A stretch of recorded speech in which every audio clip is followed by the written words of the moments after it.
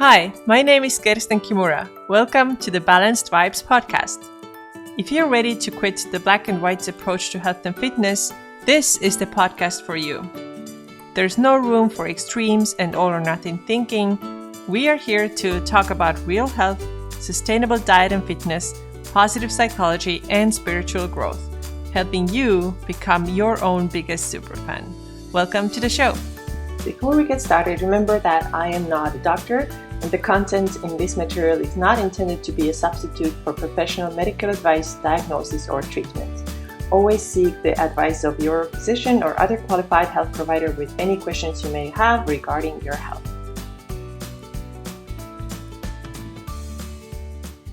Hello, everybody. Welcome back to the Balanced Vibes podcast. Today, I am joined by two awesome health coaches, Deanna Schober and Tony Schober. How are you doing?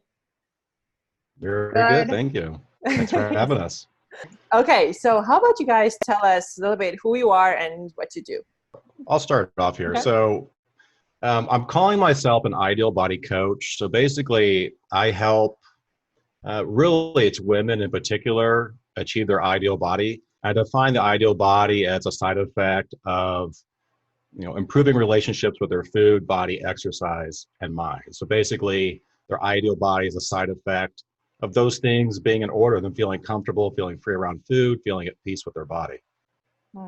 Cool. And I like how you said that it's a side effect. So it's not like the main goal, right?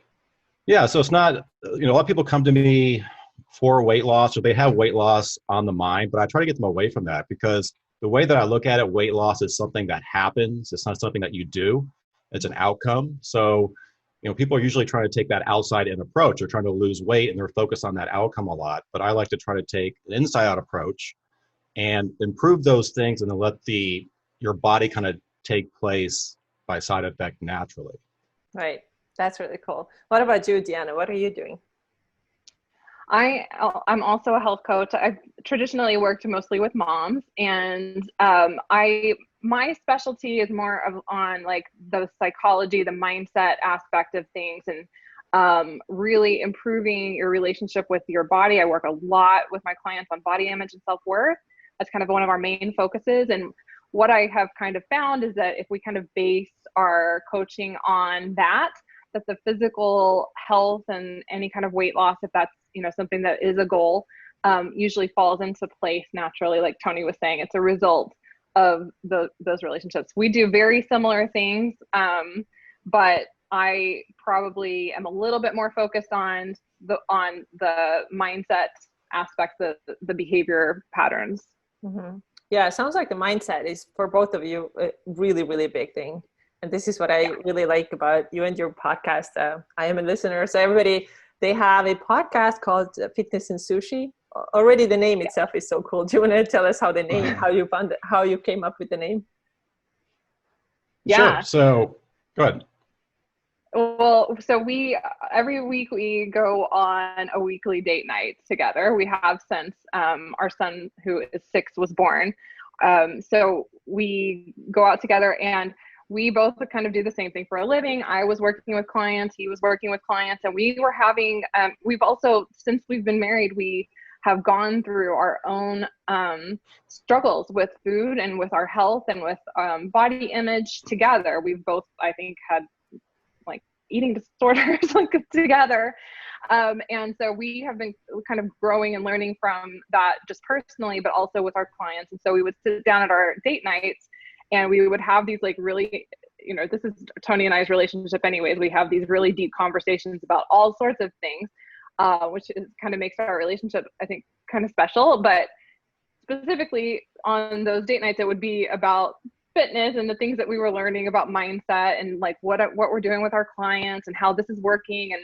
And I think that one night Tony finally said it's too bad that we don't have like a microphone sitting here so that other people could hear these things, and they could have the benefit of what we're saying here, and like our banter is you know, if you listen to the podcast, we banter. It's entertaining.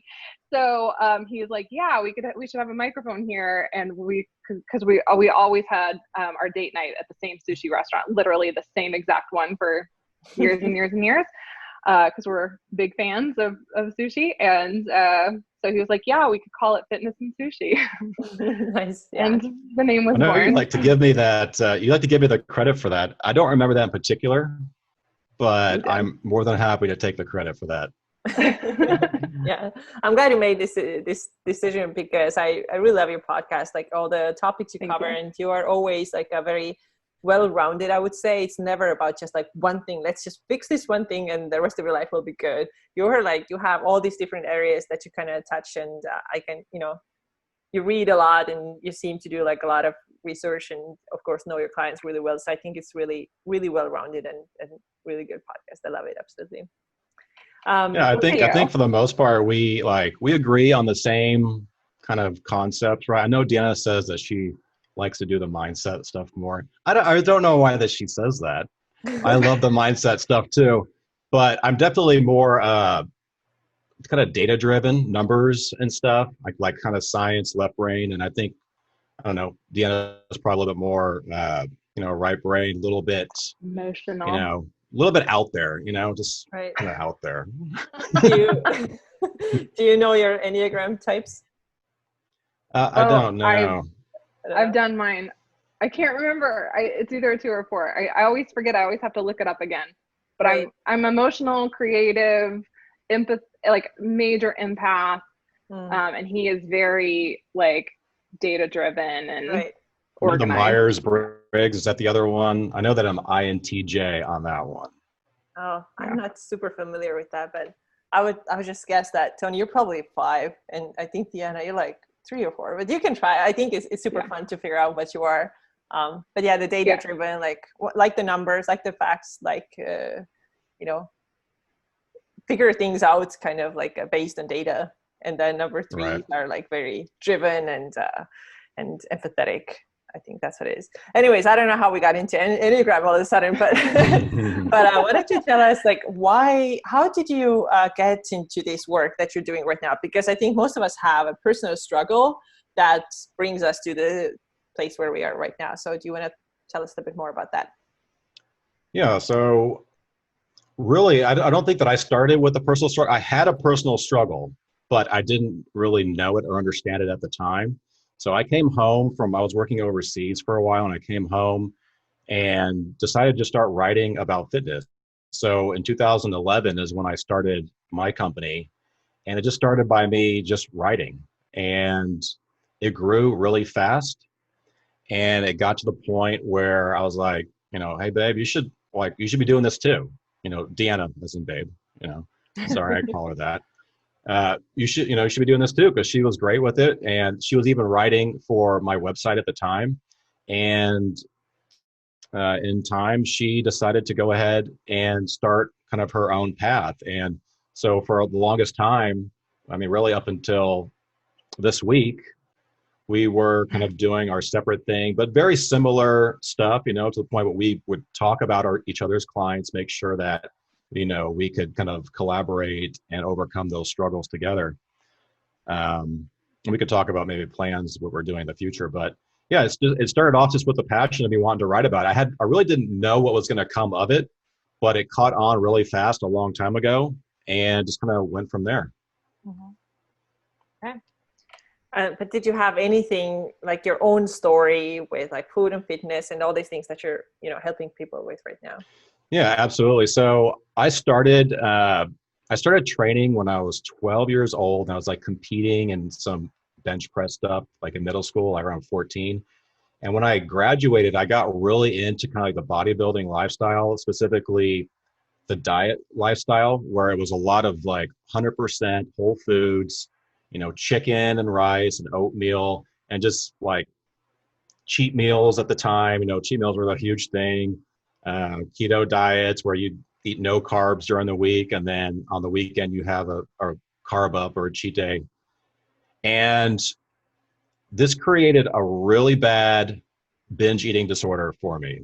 And I really didn't know what it was at the time, but I would be perfect all week long, and then the weekend would come and I would just go off the rails, 7,000 calories a day.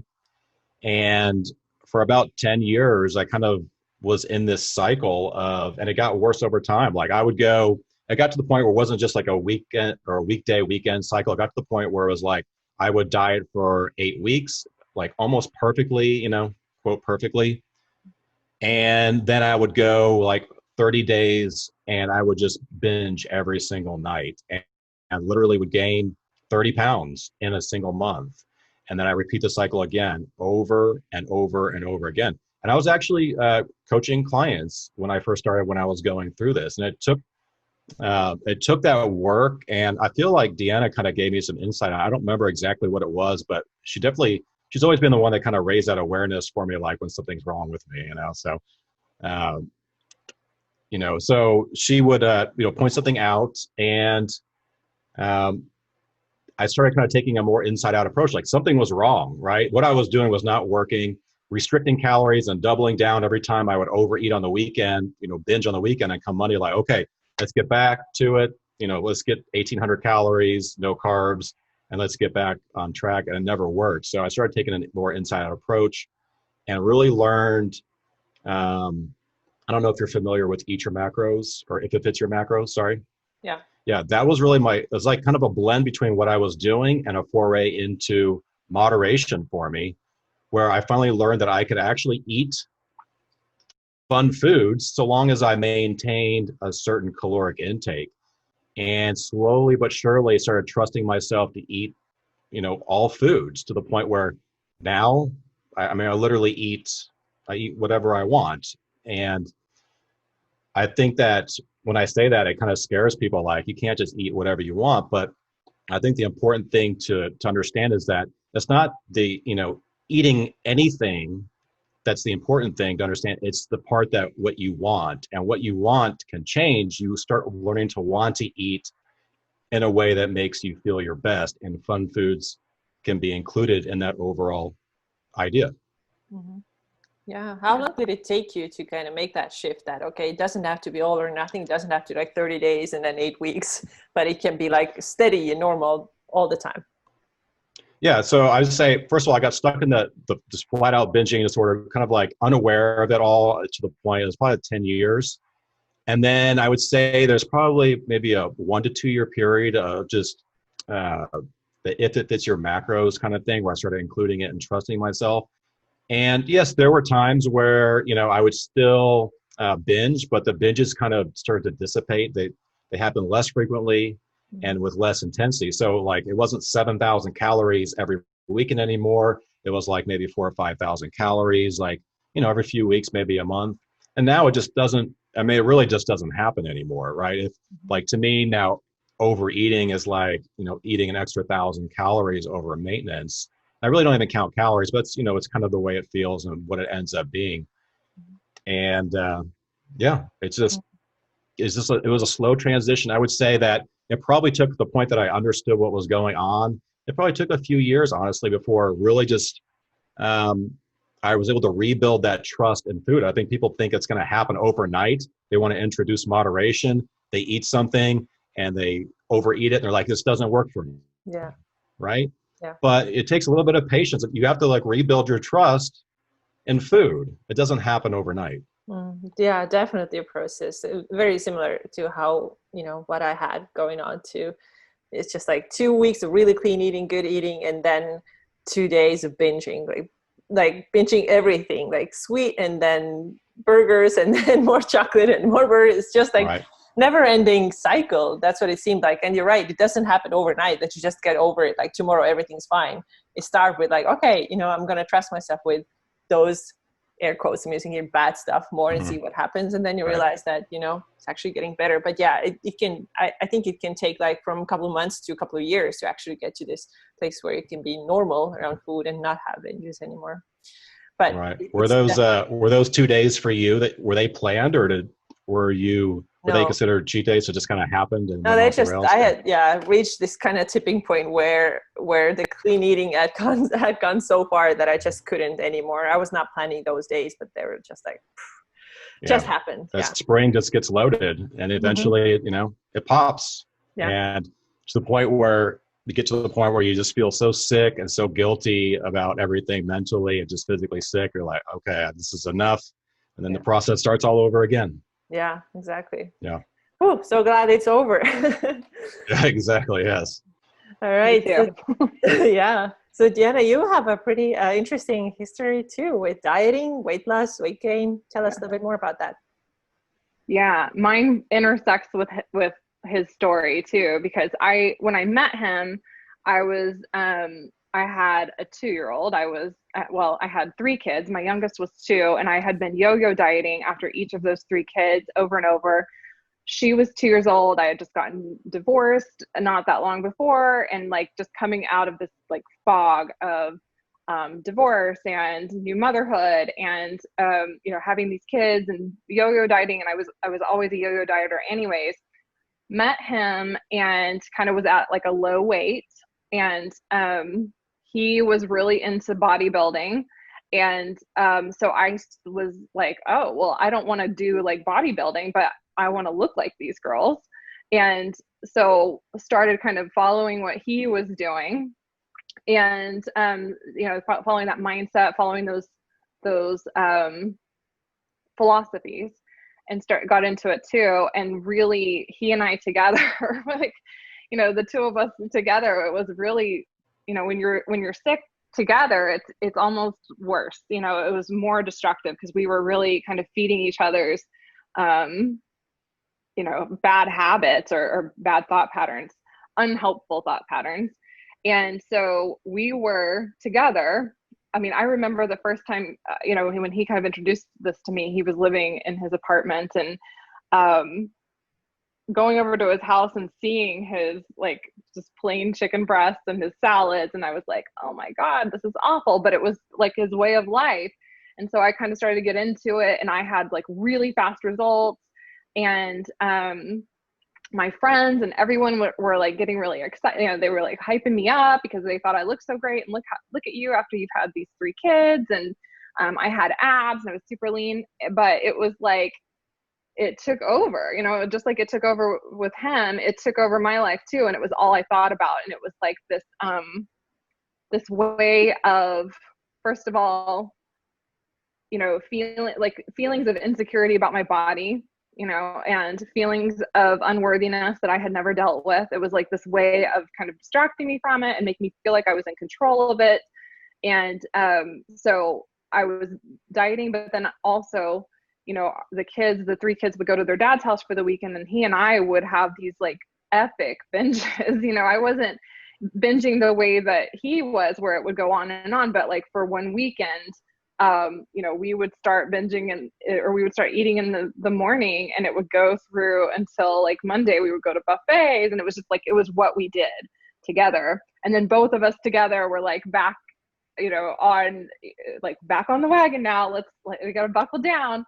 And it was awful. Like the 2 of us together were really destructive. And then so he actually was the one who, he had obviously the more severe eating disorder. I feel like I had orthorexia for sure at the time, which is, an obsession with healthy food and exercise. There was one point where I was on diuretics because I was having some kind of weird like vertigo thing happening, and I was not supposed to be exercising, and I was anyways. I couldn't stop myself from going out to our gym. And I, like, at that point, I knew there was some alarm bells going off for sure. But when he had started kind of investigating what might be going on with him.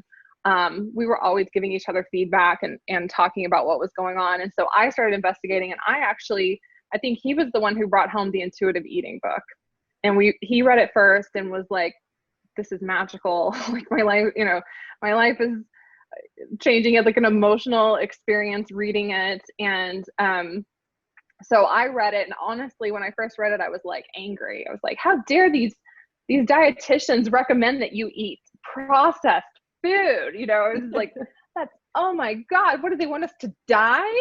And because we both felt so strongly about it at the time. And it really oh, that was the first catalyst to really me understanding what I had been doing, what he had been doing, what we had been kind of doing to our kids. We were, married at this point, and we were very strict with our kids about what they were allowed to eat, and that was not going well at all.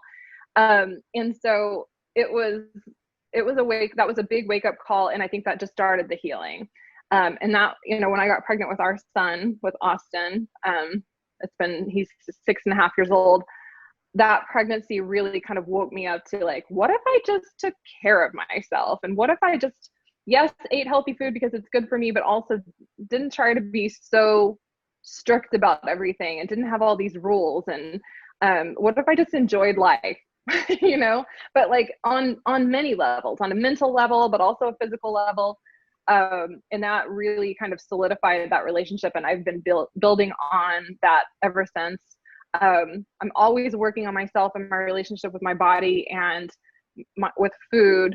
But I think that I started working with my clients on it too. And instead of it just being kind of like a side thing where I was like training them, helping them to like lose weight after having babies, I was also giving them mindset lessons too.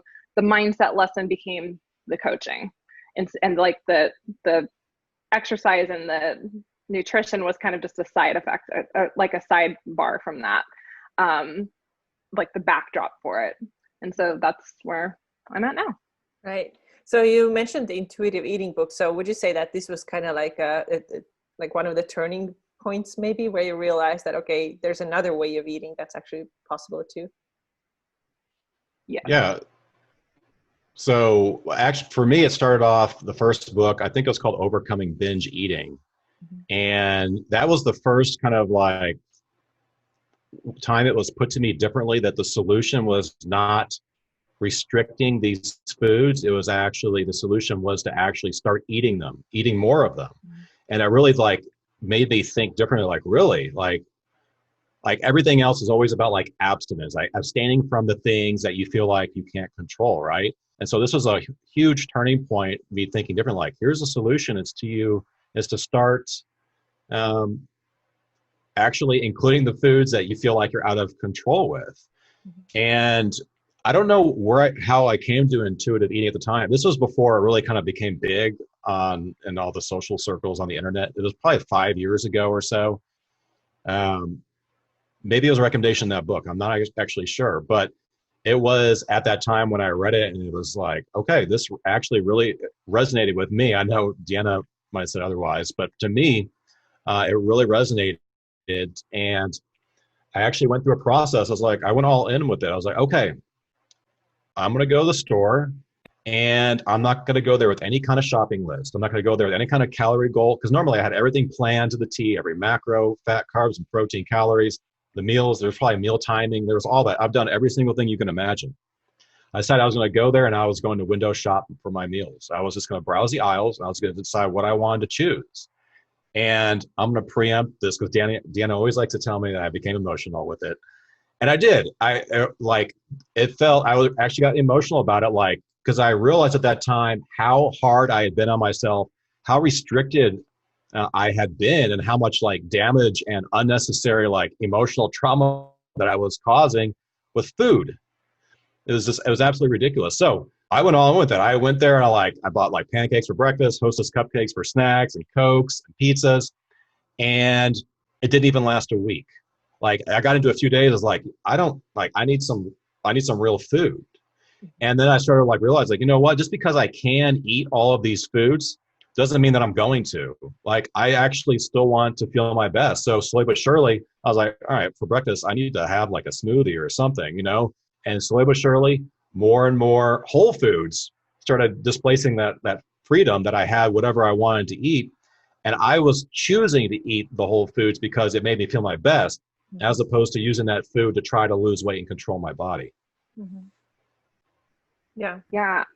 I was just going to add, like, you know, looking back, I didn't understand what was going on at the time. I was like, how is this any different than a binge? You know, like I was skeptical. I was like, how is this any different than when we go to the store and we binge? And it was like the feeling was totally different. When I kind of got into it, and when now looking back, I can see it, the difference between ooh, here we're gonna go have a binge and it's bad and it's secretive and shameful. That is such a different feeling from when you are permission to be there and you're not hiding anything from anyone and it's your choice and there's no guilt and there's no shame. And that's why at the end of a binge, you're like, oh, I'm so bad, I have to undo this now.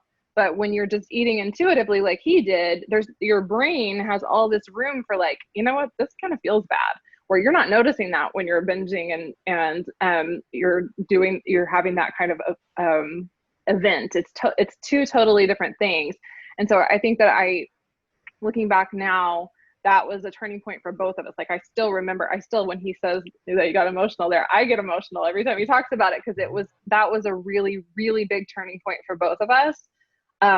Realizing kind of the difference in, it was not the food, it was not what we were buying, because that was the same stuff as when we were binging. It was just food, it had no intensity anymore, it had no power over us. And you could, like that was when the major shift, I think, for both of us happened. And it hasn't been perfect by any means. It's been a long process, but that was a big dial mover. Right. It's a mindset shift too, right? Like you said, you go to a store and you're like, okay, it's fine. I don't have to hide it from anyone. I don't have to tell, I see somebody, like, oh, this is not mine. It's for my kids. I've heard people do that. You don't have to do that anymore. You don't have to hide, and it could be normal. And then I feel like this way it's so much easier, to build that normal relationship with the food.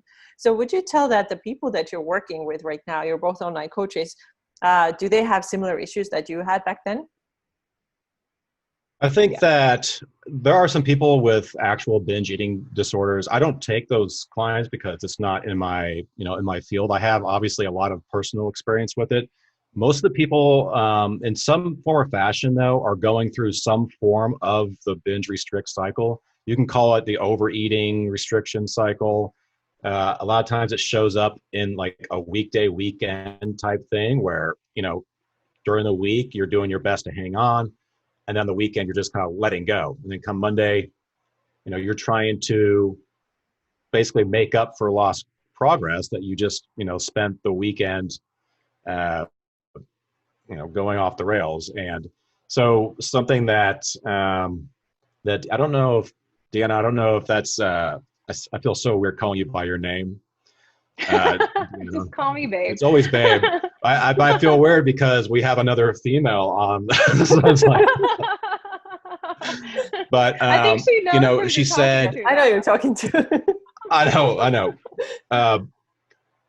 But yeah, I got all flustered there now. So she said to make your Wednesdays more like your Saturdays more like your Wednesdays. Basically, your weekdays more like your weekends more like your weekdays. Basically trying to smooth out that restriction curve that you've created, that difference where you're like, you're here all week, where you're perfect and restricted, you're eating nothing but whole foods. And on the weekend, you're like you just let go and you're eating a bunch of like anything and everything that you deprived yourself of. And just try to kind of bring that back to a balance so there's more consistency and continuity throughout the entire week so that all the days have a little bit more fluidity to it and they're all kind of approached in the same way. Even if you're eating different foods, you're approaching it with the same kind of mindset. Mm-hmm.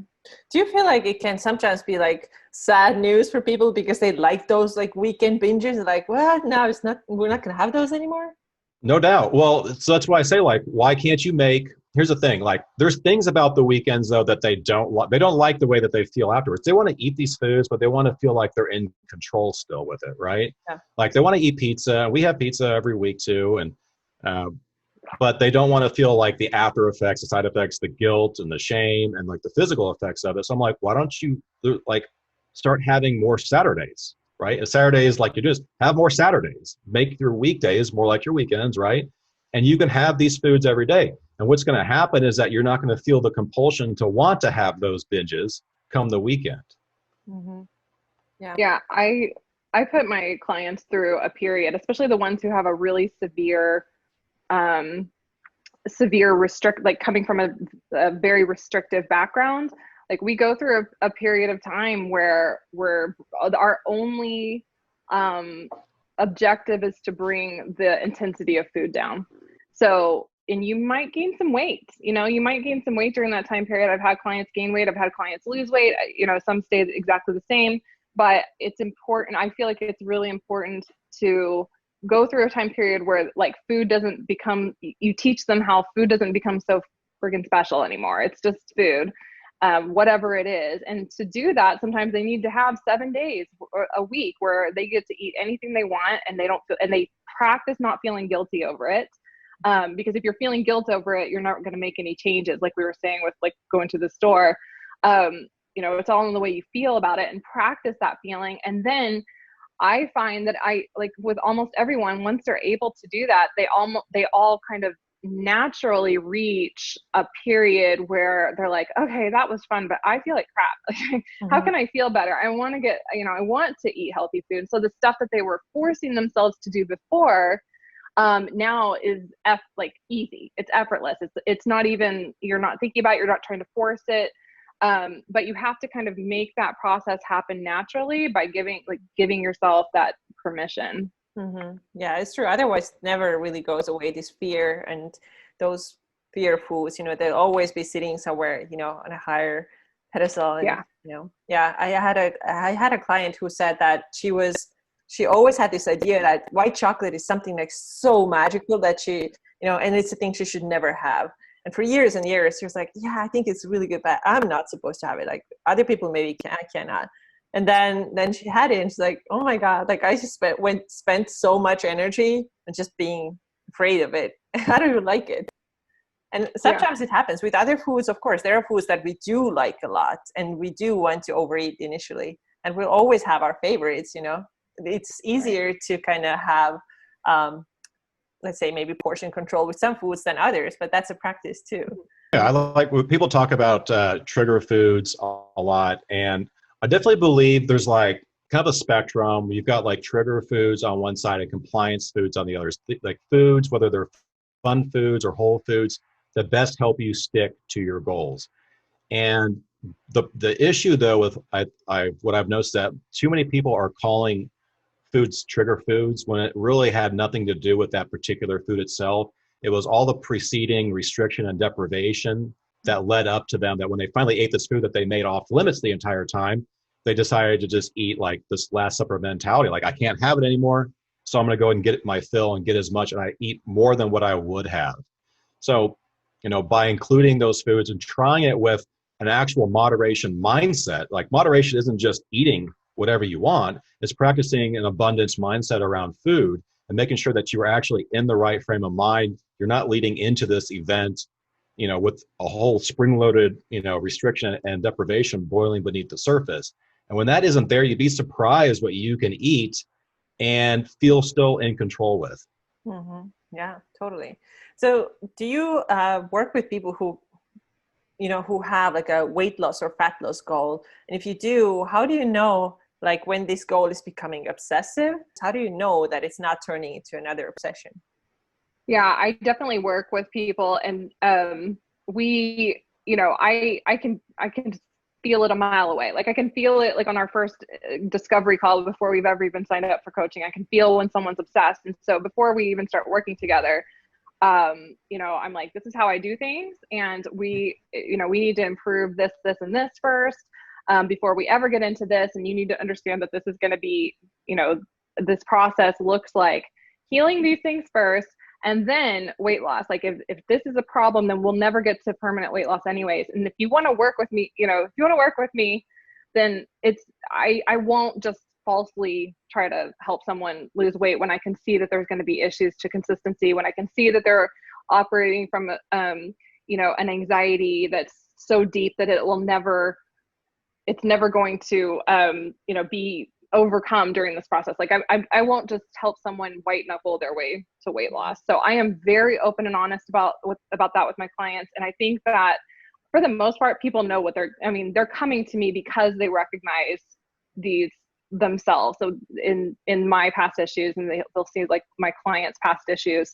And most people want to work with me because yes, they want to lose weight eventually, but they know they need to change their mindset first. Mm-hmm. And so they come to me with that expectation that we're going to set, if I'm not already in that healthy mindset, we're going to set this foundation with which to build on, and then we'll work on adjusting macros, adjusting calories, whatever it is that you want to do. But first, that, like, it's kind of my requirement. Like, first we have to build that foundation. Yeah, that's so important, because a lot of people have had many experiences where the weight loss is the main priority and the main focus, and nobody really cares about the mindset. And then that's how we go from diet, right? Exactly. Yeah. Tony, do you have any insight on that? How do you Yeah, make so I feel like I get two kinds of clients. One is like, first of all, we're both really good at our messaging and trying to be consistent with it. So we get a very large amount of clients who already have made that switch in their head, where it's like, they spent their entire life losing weight. They realize that something is wrong by focusing on that. And I talk a lot about, the irony in this, like, the way that you lose weight is to stop focusing on losing weight, right? Like that isn't the actual focus. Like I said earlier on, that's something that happens by side effects. So they're going into this like, okay, look, yeah, I have some issues. I have a lot of inconsistencies somewhere with my nutrition or my exercise and how I'm relating to these things. And then there's another, not as large of a percentage, but another percentage where they're very strong. Like, weight loss is the goal. They have their body very strongly tied to their body image. And so their self-worth and their value is tied up in their appearance. And I can see it, like, just like Deanna said, after a while, you kind of pick up this, like, kind of intuitiveness about it, where you hear the language and the words that people are using when they're describing their journey. Extra focus on weight, they get scale tunnel vision. They're making I see all this progress that they're making, but if the scale doesn't move, it's like you start questioning what it's worth, or why they're doing it, if it's even worth it. Mm-hmm. And so my goal with these people is like, look, we're going to start off, doing it your way, right? Like, I have to meet them where they are. I'm not going to, like, change their mind in an instant. They understand what I'm doing, but I go ahead and start where they are, and basically be kind of like, come out of that process where, hey, maybe we're starting by weighing every single day and tracking every calorie. And then we start transitioning out of it. I start teaching them to trust themselves more and more, like with food. Like, hey, we're going to take a day, and maybe I even challenge you. Like, instead of just saying we're going to do this, I'm going to challenge you to go a week without counting calories, without weighing yourself, and start forcing you to kind of start turning inwards, to start listening to your body cues, and start validating your progress outside of the scale. And so it just becomes a process, but it can take a little bit of time. It can take a few months to kind of, which in my opinion is really fast, relatively speaking. If you're doing your own, it could take the rest of your life, never realizing what's going on. But when you're working with somebody and you have someone kind of like feeding you, trying to reprogram your mind, it can go a lot faster. And in a few months, they're like, you know what? Yeah, actually, I just want to, like, start feeling better. And, I'm tired of worrying about my weight. I'm tired of this, right? And they start naturally feeling more empowered to take those actions on their own. And they get more consistent as a result, because they're listening to their body. And then guess what? They start seeing the outcomes that they want anyways. Mm-hmm. Absolutely. Yeah. So how would you say, Tony, so you are, I think, currently you are tracking macros, and at least some time ago, you were cutting, right? Trying mm-hmm. to achieve like a leaner look. So how would you say, as somebody who has had an eating disorder in the past, how do you do it now and not get disordered again? Right. So for the most part, like, I don't track calories, but earlier this year, just hit July this year. Back in January, I hired a coach. I feel like everybody should be hiring coaches, right? And he was a macros coach, right? And I just wanted that extra layer of accountability, somebody to set, my macros and hit them. And I went into it different this time, because I understood that I could still eat what I wanted with these foods, right? And the biggest thing, the difference from then in the past, is that this time around, I viewed those macros not as a budget, not as a rule, this hard line. I viewed them as a guideline.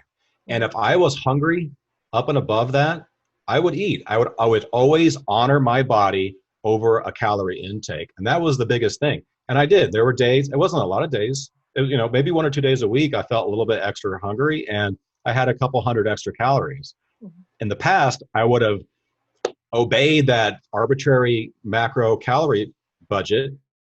And what would have happened is, would have felt really restricted and deprived, and would have built and built. Eventually, I just would have gone off either an entire week or completely off plan for 30 days, right? And gain 30 pounds. So the biggest shift there was just understanding that, that calorie counting, and I have clients that we count calories too, but I always tell them, look, these are guidelines, right? You're not competing, right? You don't have this deadline that's in 8 weeks, you're stepping on stage that you have to make sure you hit.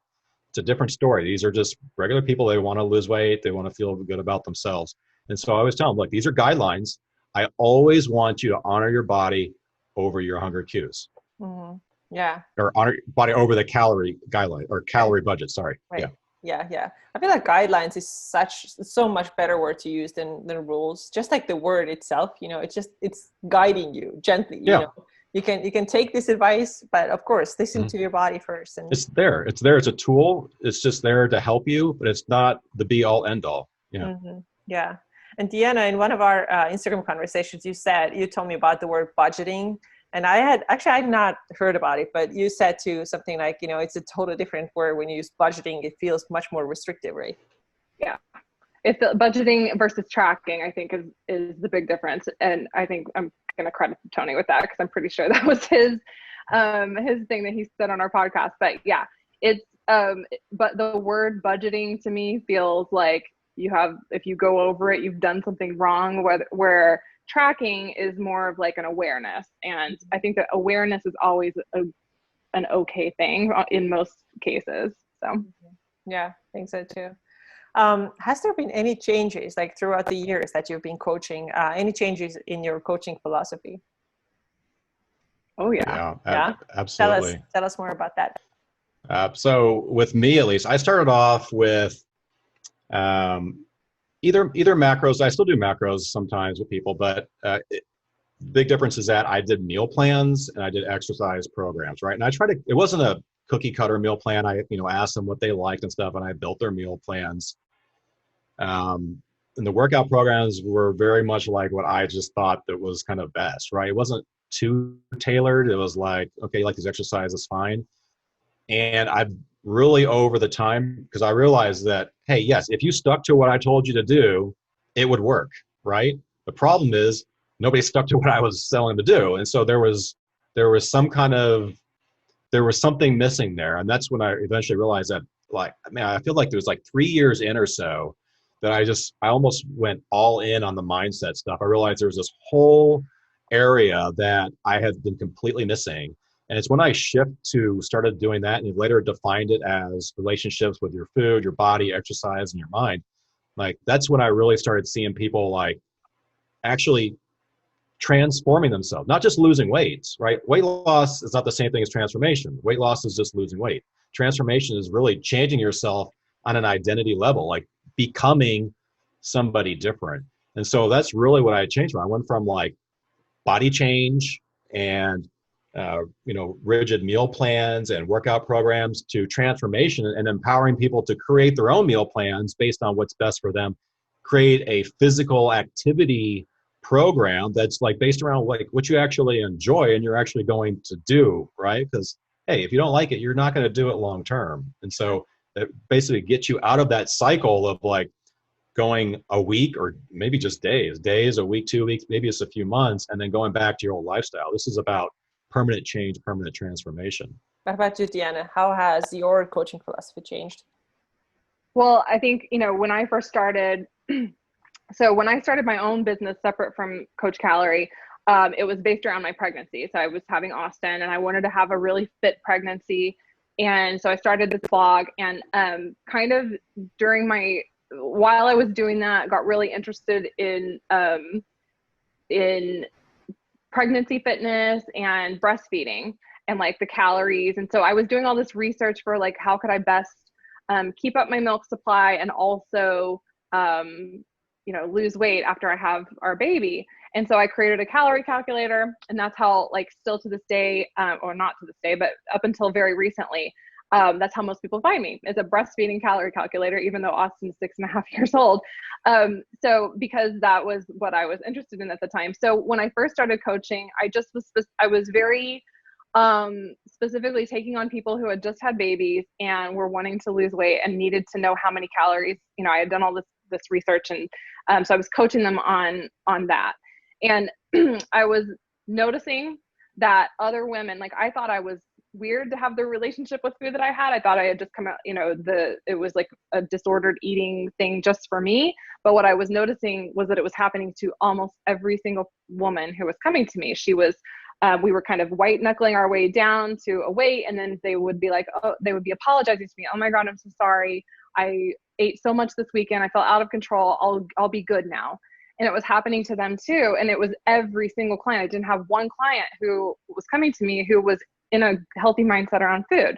So I started putting my philosophies into a curriculum and having them do this. But like I said, it was like the side thing. It was like a side part. It was this little thing, like do these little mindset lessons too, but stick to your calories and macros. And eventually, actually my dad passed away. And when he passed away, it was, one of the worst things that's ever happened to me. But at the same time, you get such a sharp perspective for what's important in life. Mm-hmm. And for me, like coming back from his funeral and going back to work and like having women be like, oh my God, I'm so sorry about your dad, blah, blah, blah. How are we going to get me into a size 2? And it's just like, I understand that not everything can be, that serious, but at the same time, this was my life's work. And it just felt it was such a sharp contrast. I had just spent days celebrating his life, and not once did we talk about the size of his clothes or the size of my clothes. It was all about deep, meaningful connection and, enjoying life and music and all these like deeper things. And it really held up a mirror to my face for, I didn't feel like I was living my purpose.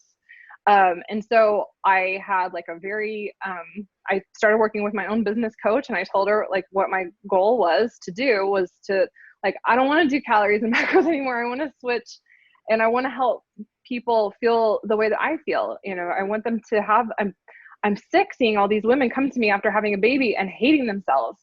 It makes me so sad. I want to help them feel good without, conditions, without like, I'll be a size 2 back to my old size. And then I'll be happy. Like I wanted to help them just start feeling happy now without that condition. And so then I wrote my curriculum. I made that the center of my coaching, and started working with women to heal their relationship with food and themselves, self-worth, body image, those kinds of things. And then switch to that it's more centered around that now, and the health and the fitness and those kinds of things come secondary. And even then, even just then, at first I was teaching intuitive eating, and then I started seeing, and Tony, the same thing, with him, I think we both can say this.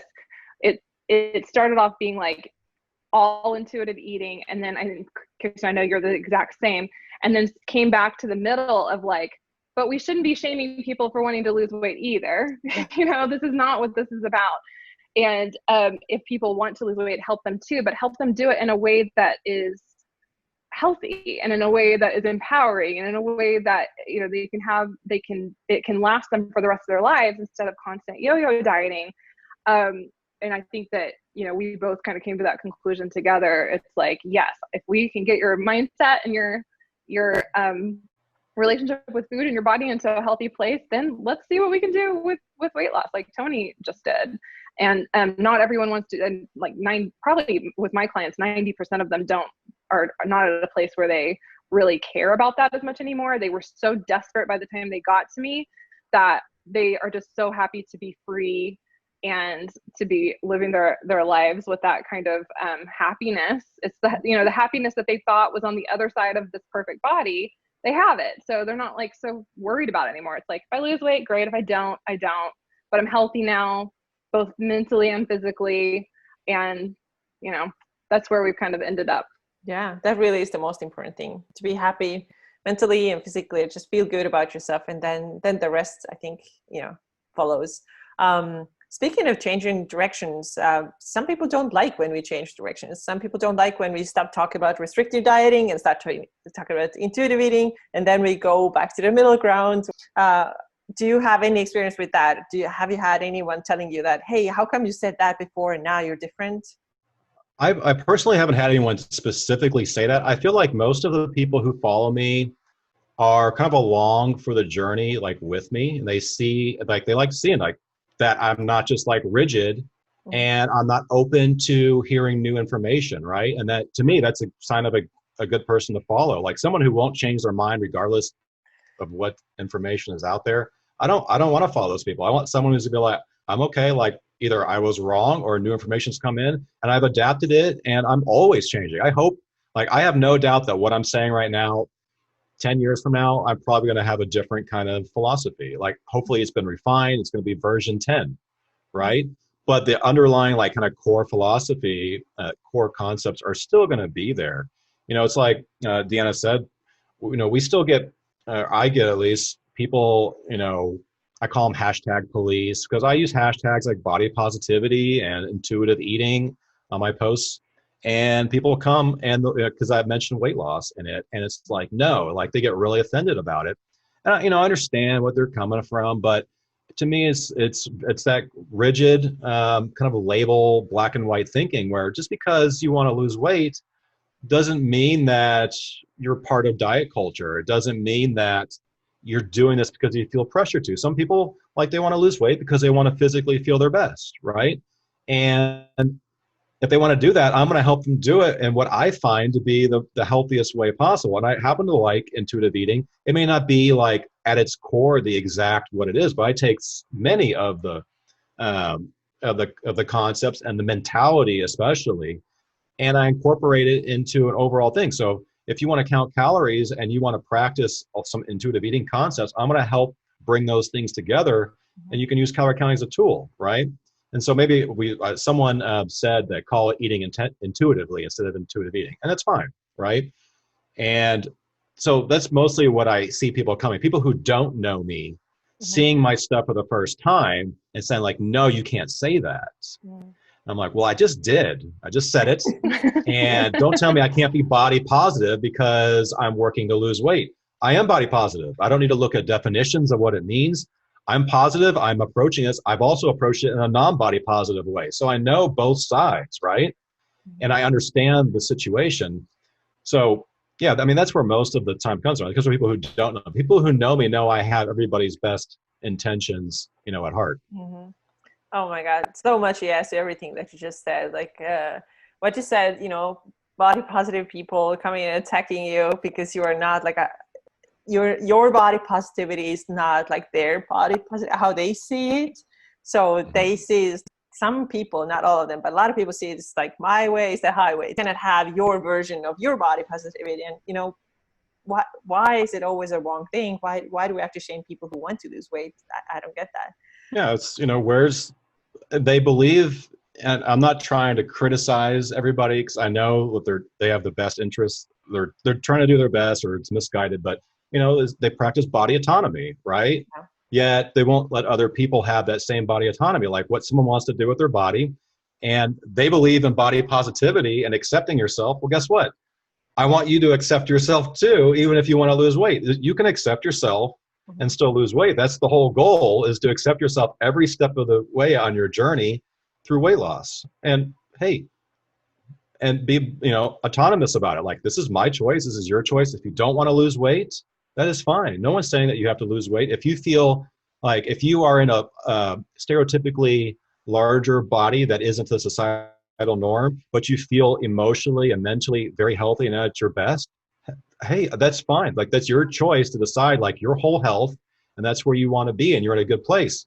Other people, like, maybe they're in a good place mentally, emotionally, but they aren't in a good place physically, and they want a higher quality of life to be able to do things. Maybe they have performance-based goals. Maybe they even have physique goals, right? I have no problem with that. And if you do, I'm going to help you do it in what I consider the best mentally and emotionally and physically healthy way possible. Yeah, completely agree with you. So you are working on very similar things with sort of like similar clients, obviously talking about health and fitness a lot. How is it for you as a couple to work together? And also you told me before we started recording that you're joining your forces even a little bit more than before. So what does that look like for you? I mean, we've never not done it. So we've always both been working in the house together. Like, you know, we worked on Coach Calorie together back in the day, and we kind of took our separate ways. We came back together to do the podcast. So we do already work together in that manner, but it's fine. It's good. I mean, Tony and I have a really good relationship in that it is like he's the yin to my yang and vice versa. Well, the things that he's good at usually are kind of my areas of weakness and vice versa. So we work really well together for the most part. We do have a little bit of a fiery relationship, like a little bit passionate, which is great when it's good, but when we disagree on stuff, it can be a little bit tough. But for the most part, it's good, right? What am I missing? Yeah. I mean, I've taken a handful of physical punches from Deanna, and she doesn't hit too hard. But seriously though, no, she doesn't do that. Not too much, at least.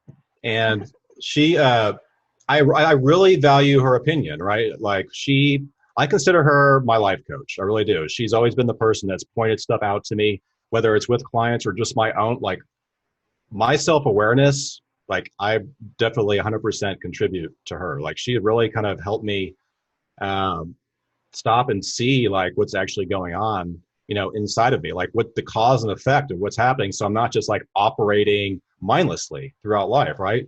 So I really do. I value her opinion a lot, and I also really value my opinion a lot. And so that's where the the conflict really comes from. It's just, and it's nothing crazy. It's usually, to me, it's like very small things, like what do we want to call this thing, right? Like how do we want to what do we want to call the name of the podcast title this week, kind of thing, right? Or the bullet points and how we want to define it. I'm very detail oriented, and I kind of obsess over those details. And so, well, she might say like that's good. I'm like, I don't like it. Like let's get it and keep doing it until we get it right. But in the end, together, like we are way more powerful than we are apart. And that's why I do ask her for her opinion all the time, even though I don't always take it. Sometimes I should. You don't always like it. I don't know. I don't always like it. I've always value it though. But yeah, I don't always like it, right? I mean, you ask for someone's thoughts on something and you see if it resonates with you. And so sometimes we go back and forth. Sometimes we go back and forth a lot. And sometimes it's a passionate debate. For that lasts a couple of days. Yeah. So you have had your businesses separate so far, and now that's going to change, right? Yeah, we just literally just decided Wednesday night on our sushi date night, which we realized as we were finishing, we like did a little toast with our sake at the end when we had decided to go forward with it. And we're like, and we're sitting at sushi again. But the podcast is picking up steam. People love it. They like our dynamic together. I mean, one of the reasons that people listen to the podcast is because of us working together. Mm-hmm. And I think that it just makes sense that we come back together, and instead of trying to give all of our energy to building separate businesses, I've been coaching moms for a long time. I will always work with moms. I have a special place in my heart for moms, but I also am 43. My oldest just got engaged last week. I'm ready to kind of open my horizons a little bit and start thinking about other things. And so he has been asking me for a while to basically come in and combine forces and work on what his program is called Built Daily. And so he's been trying to talk me into it for a while, and he finally at sushi Wednesday night talked me into it. So we haven't, like, as of this recording, we haven't even announced it to anyone. I've just told my closest friends, you're one of them. And we'll be making the announcement in the next few weeks. We're going to come together and have one program that we work on together, and we're going to grow and expand that. Nice. Congrats. That sounds like an amazing thing to do together. Thank you. It definitely is. I've tried for a while to get her over to me and pull her away from what she's doing. She's doing great. Yeah. And many times that she's pulled in more income on her side than on my side. So just like, it's always that debate, whether are we better like doing our own separate thing, trying to grow our separate businesses, or is it better to come together and kind of have a singular focus? And in the end, like, I had just launched my program about a month ago, and people in the group are talking about the podcast, and they're always like, that's like the biggest, most successful product that we have, and it happens to be our collaboration together. So it's the thing that's going to keep us kind of standing out from a lot of people. There's not a lot of husband-wife teams that are out there, Sure. whether it's podcasting or whatever. And we do have very similar audience. I know I'm a male, but my audience is 90% female. Mm-hmm. And so it's just a natural progression for us to be able to team up and to start doing like our coaching calls and Zoom stuff and create this community together. It was just a natural progression. So last week I asked her, I was like, look, send me your top 5 concerns or issues that you see, like what you don't, why you don't want to come over or what you're worried about. And I provided a little presentation for her and on our date night. And I was like, just went through one by one. I was like, look, here's this. And this is why this is not a problem. It's actually an opportunity, one after another. And she thought it was the sexiest thing alive. So no, she was like, you kept ordering me sake is what you did. You were like, here, have another sake. There was a little bit of sake involved, and hey, that's what happens. And she was like, let's do it. So we toasted to it, and that's the plan. I'm not sure when we're going to have a meeting on Monday, and we're going to try to decide when we're going to come out with it exactly and the next steps. But yeah, I mean, we're both have to be open-minded to growing together in a new relationship too, right? It's like we have a personal relationship, we have a business relationship now. We have to be able to be open enough to hear each other's ideas and be open to not just collaboration, but I don't want to call it compromise, but finding a win-win solution to any kind of problem that comes up.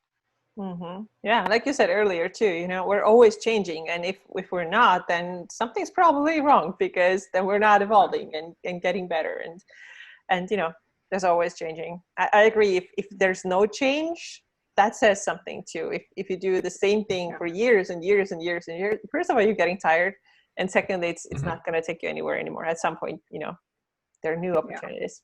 Yeah. Exactly. All right. So is there anything that I didn't touch on but you would like to add before we wrap up? I don't think so. I don't think so. That was a doozy. I mean, we like announced our new venture, and I maybe if anybody's listening that so I have this program, the mentorship, and it's like it's my baby, it's my big thing, and like that's not going away. It's still going to be a thing within the new structure. So my mentorship is for moms who are working on healing their relationship with food and their body. So that's not going away. I just love that too much. And that was one of my things concerns to him. Like one of my concerns was that could not go away, because I love it. So that's sticking around. How can people work with you? Ooh, that's a good question. Like, I guess, so if you, I do one-on-one coaching, and that's going to still be going on too, as well as the mentorship. So the mentorship, I will announce that, I'm like thinking of my website is elevatemoms.com. And that for now is the place you can find any way to work with me. You can get a link to our podcast. You can apply to work with me one-on-one. Our program, his program, that is now going to be our program, is what? builtdaily.com/what? It's just builtdaily.com. But I would say like the best first step, since obviously you're listening to this podcast, you like podcasts. So the first step, if you want to hear more of us, is just to go to Apple Podcasts or Spotify or whatever and search for Fitness and Sushi. And you can hear us chatting about all kinds of those fitness struggles. And, when it comes time for us to open up our programs or coaching or whatever, we can give you the information through there. But the podcast, that's our dynamic. That's what led to us working together. So you already listened to this kind of stuff, so go check it out. Yeah. All right. Thank you so much for finding this time today and chatting with me. And I'll talk to you again. Thanks for having us. Okay. Bye. Thanks so much for listening to the Balanced Vibes podcast. If you liked the episode, please subscribe and also leave a 5-star review on iTunes. For more about me, check out my website urbanjane.co. Yes, that's co and not com. And connect with me on Instagram, where my username is Kirsten Kimura. That's KerstenKimura. Until next time.